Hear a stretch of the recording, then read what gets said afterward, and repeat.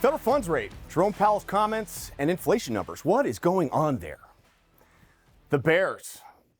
Looks like we got more cooks in the kitchen. Real interesting. We're going to want to talk about that. Should your clients buy a house right now or wait for rates to come back down? Are you feeling guilty? You shouldn't. Let me tell you why. And the moment we've all been waiting for, the top producer for May 2023, this is Coffee is for Closers. And welcome to your coffee appointment. So Jerome Powell came out and announced that we're not going to do an increase in the federal funds rate. It's a win for real estate. But then later made comments that he sees possibly 2 more increases throughout the year. Wow. So that is really interesting considering that, this data that he's making these projections on are previous data, right? There's some time lapses in between there. A lot of economists are looking at this saying, really? Is this really what we're doing? All I can say is that the people that I listen to and get my opinions from all say the same thing. Wait, let's see what happens with the next report.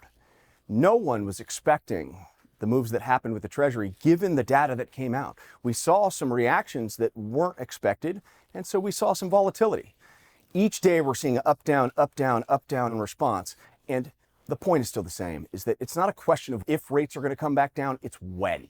So stay tuned and stay in there, keep fighting the good fight, and know that you're right. Marry the house, date the rate.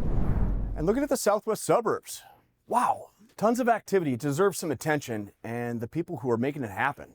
Pretty incredible. Let's start out the list. We got Brian Bomba and Marty Dunn, both at 8 transactions for May 2023. Don McKenna coming in with 9. Kim Delaski with 12. And congratulations to Catherine Beer with 14 transactions. Absolutely superb work. Coffees for Closers is one of the first outlets to bring the breaking news that Arlington Park may not be the future stadium for the Bears. After their $197.2 million acquisition, the real estate taxes went from $3 million a year all the way up to $60 million. That's a deal breaker. Very disappointing. But now we have Waukegan and Naperville throwing their hat in the ring as they would love to be the future of where the Bears put their latest stadium. I got to be honest, I would love for the stadium to move to Arlington Park, but would love to hear your comments on it. Touchdown Arlington has actually put together an event as well. On June 26th, they're going to have an exclusive meeting with the CEO, Kevin Warren, to talk about what that move would look like, ask any questions you may have, or give any input on whether you think this is a good or a bad idea. If that's something you're interested in, it's invite only. I would strongly suggest you visit their page and submit your information to see if you could be a part of it. So what happens when we go way north? In the far north suburbs, these are the top producers for May 2023. Starting out the list, we have Sarah Brahm with 4 transactions. And then we have a 3-way tie between David Chung, Paige Dooley, and Janet Borden, all with 5 transactions. But then the leader of the pack up north, Laura Fitzpatrick with 9 total transactions. Fantastic work. Glad to see the activity. With the latest data point coming out from NAR, it's really interesting. It combats a question that I get asked every single day as a lender. Are people really overpaying for a property? Are they going over ask? Take a look at this data point.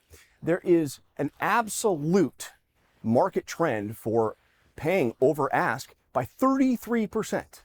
This shows that we are, without question, still fighting for real estate. There's still plenty of demand, and it lends towards us still believing that even if interest rates are where they are, an inventory crisis where it is, it's going to cause prices to still continue to climb or at least stay stagnant. We're not headed towards a crash. So that means that we'll still continue to appreciate. Really good time to buy a house now, because what happens next is interest rates come down, right? As we talked about with the federal funds rate, what do you think happens when mortgage rates come down?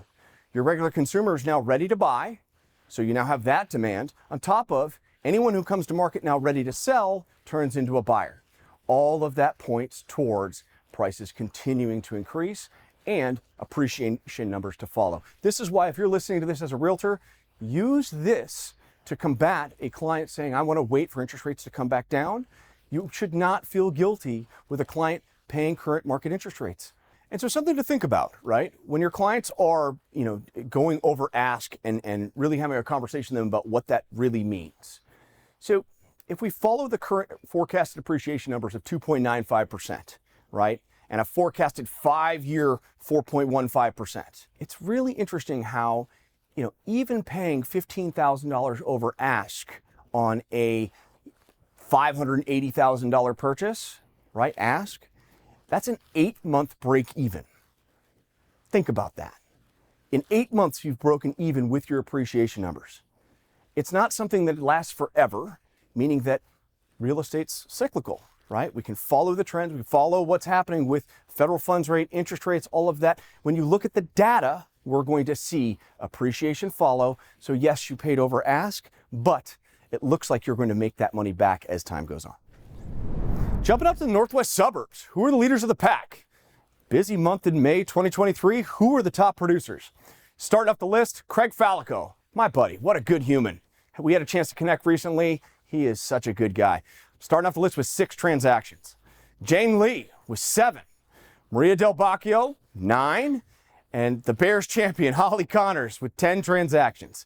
Leader of the pack for May 2023, John Morrison with 12 transactions. Outstanding work, everyone. With all the recent news in Chicago, has it affected anything? Are we dipping? Doesn't look like it. It actually looks like we're on fire.